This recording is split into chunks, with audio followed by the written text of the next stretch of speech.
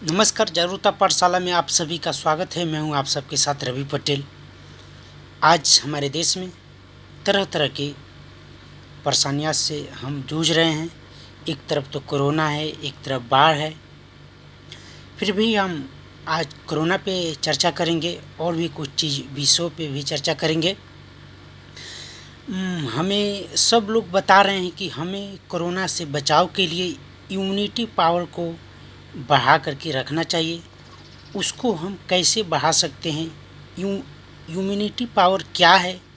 वो एक एनर्जी है, यानी कि जैसे हम जनरेटर को चालू करेंगे तो एक एनर्जी, एक पावर आता है। तो कैसे हम अपने शरीर में उस पावर को बढ़ा करके रखेंगे? उसके लिए हमें अपने शरीर के हर जो पार्ट हैं, हमारे शरीर में जो भी एक एक चीज़ हैं, नस हैं, हड्डी हैं, मांसपेशियाँ हैं और भी चीज़ें हैं, उनको एक्टिव रखना पड़ेगा। वो एक्टिव कैसे रहेगा? हमें थोड़ा सुबह में कसरत करना है, अगर टाइम मिले तो शाम को भी करिए। उससे हमारे बॉडी में जो भी चीज़ें हैं वो एक्टिव रहेंगे, तो हमें एनर्जी मिलेगा। बहुत लोगों को ये लग रहा है कि ये खाना वो खाना, तरह तरह के लोग कुछ खा भी रहे हैं। ऐसा नहीं, आप बस सादा खाना खाइए और उसको एक बॉडी को एक्टिव रखने के लिए कसरत करिए और माइंड से निकाल दीजिए कि कोरोना कुछ है। देखिए, हमारे देश में इसके पहले भी तो मृत्यु होती थी, लेकिन क्या किसी को पता चलता था कि कौन मर रहा है? लेकिन सर्दी खांसी पहले भी हमें होता था और अब भी हो रहा है। वो हुआ मतलब कोरोना हो गया, लोग ऐसा समझते हैं। ऐसा नहीं है। आप एक दूसरे को हेल्प करिए।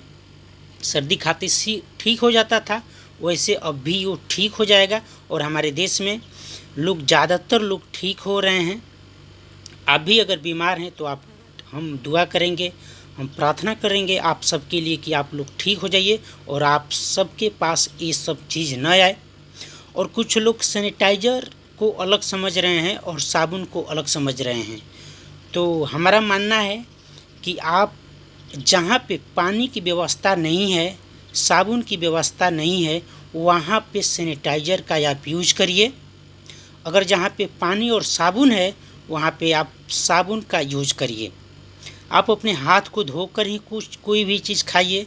जब तक अपने हाथ को अपने नाक या मुंह में नहीं ले जाइएगा, तो आपको कोई कोरोना छू नहीं सकता है।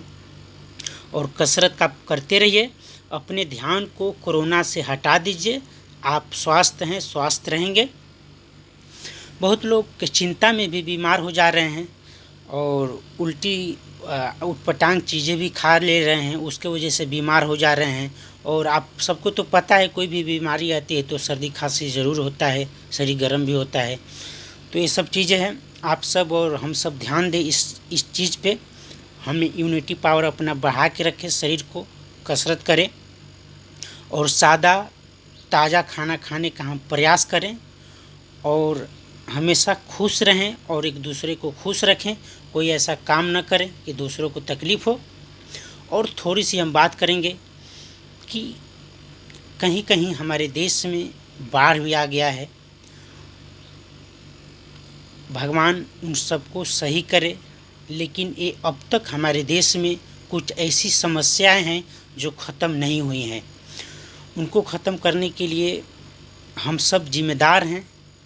हमारे सरकारी कर्मचारी, मंत्री, हम लोग सब लोग हैं। क्योंकि हम लोग कहीं ना कहीं हम लोग कहीं डर रहे हैं, किसी न किसी चीज़ से डरते हैं।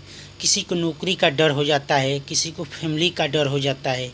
ये डर की वजह से हम कहीं कुछ अपनी बात को सही तरीक़ा से रख नहीं पाते हैं। तो हमें अब समय है कि हमें अपनी बात को सही तरीक़ा से रखना चाहिए और हमें सबके बारे में सोचना चाहिए। अभी देखिए, बिहार और असम में कितना बाढ़ आ गया है। कितनी मंत्री आई, नेता आए, लेकिन उसका कोई सलूशन निकला नहीं निकला। बार बार मैं बहुत सारा बार मैं इस बात को उठाया हूँ, लेकिन कोई ध्यान नहीं दे रहा है।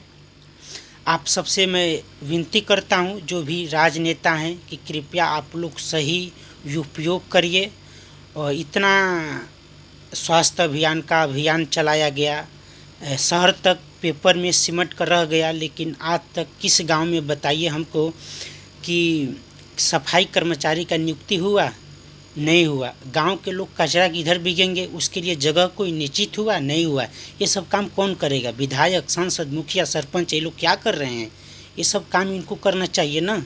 प्रस्ताव रखना चाहिए, एक जगह बनाना चाहिए कि भाई आप यहाँ आप लोग कचरा डालिए, फिर यहाँ से कचरा को क्या करना है हम लोग करवाएंगे। उसके लिए कोई सोल्यूशन निकला? नहीं निकला। अब बताइए, रंगा के घर पे डेली प्लास्टिक उड़ के चला जाता है, वो उनके घर पे डाल देता है, फिर उधर से उधर जाता है, वो घूमता रहते हैं, तो कचरा है ना। उसको हमें परमानेंट सोल्यूशन करना चाहिए।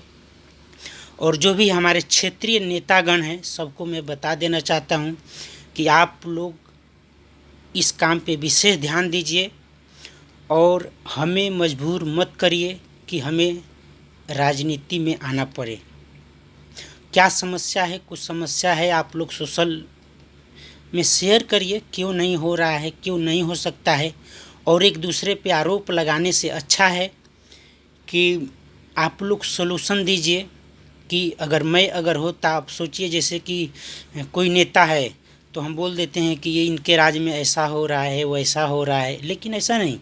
आप सोल्यूशन दीजिए कि आप अगर होते उनके जगह पे तो वो समस्या का सोल्यूशन कैसे करते। हो सकता है कि आपका जो सोल्यूशन हो वो अच्छा लगे, उस पे ही काम चल जाए।